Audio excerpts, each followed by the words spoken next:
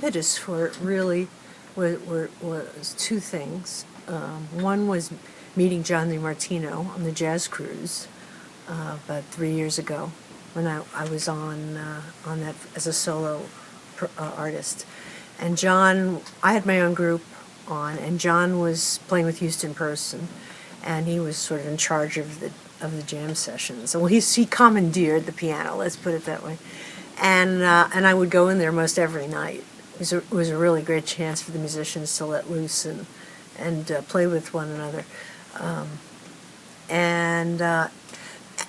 When I sang with John, I thought, ooh, there's not a lot of pianists that really love singers and love songs and know songs and play beautifully with them. So John and I started to get together in New York and hang out and come up with ideas, and pretty soon we had a repertoire and we were doing performances. And then the other thing is that I just miss the studio. I love being in the studio.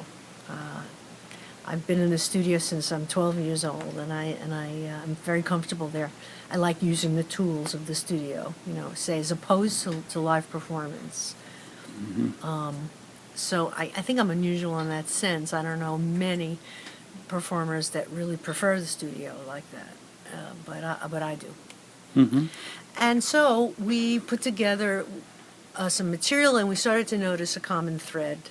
There were some Latin rhythms, in a lot of them. There was a romance about many of the songs in their themes lyrically, and also the sensuality of their feels. And we started to see the common thread and put together more songs like that.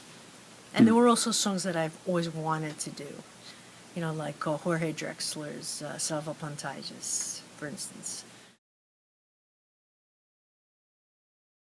I've produced other artists and other projects, but I thought I would give it a crack this time, just doing everything myself. It was much more difficult because you have to separate yourself, and I don't know how good that is, honestly. I mean, because when I'm in the studio, because of time constraints, financial constraints, I like to get as much done in a time period as possible. So I go for live vocals, for final vocals, when the musicians are tracking.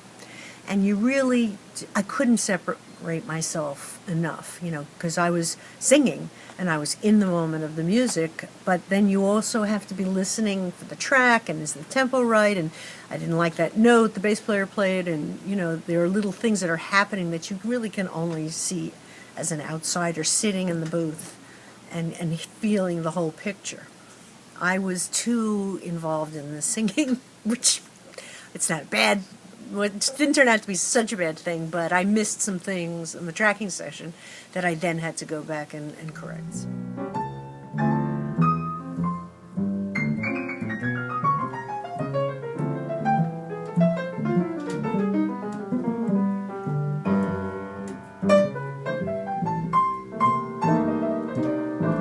John DiMartino played piano and did the arrangements, mostly all the arrangements. Steve Kahn, an old friend from long ago, from the beginning days of the Transfer and the Brecker Brothers and everything, I asked him to do Salva Pantages. So he played on that and arranged it. And that was thrilled to work with him. We have Dominic Farinacci on trumpet, and it was the first time I had met him. He was recommended by John. We had Joel Fromm on saxophone, who's just a monster. Mm-hmm. He's just a monster. Joel Rosenblatt played drums, Lucito Quintero on percussion. It's magic that's created in the studio. That's why I love it. It's a lot of tension, and I think it's good tension. If you're in a comfortable studio, then you're able to see everybody. Sometimes, it depends what kind of record you're doing and what sound you're going for. A lot of times, in a live studio situation, you're all in the same room, and then if someone makes one little mistake, you're kind of screwed. But the studio I worked in had enough isolation booths where we could all be separated sonically, but also see each other.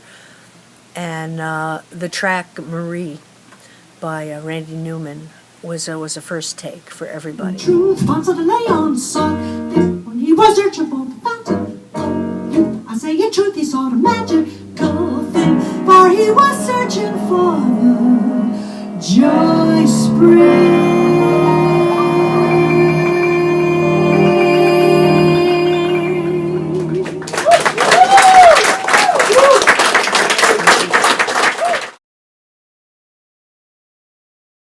What's next is for me is I'm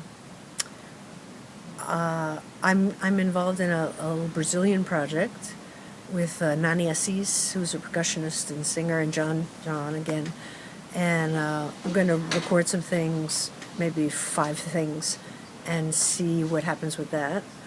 I'm very excited about that. I've been writing a lyric to Ginga's Ura Samba, and I'm going to learn a couple of Brazilian pieces, and which I love. I mean, I don't know any jazz musician that doesn't love Brazilian music, honestly.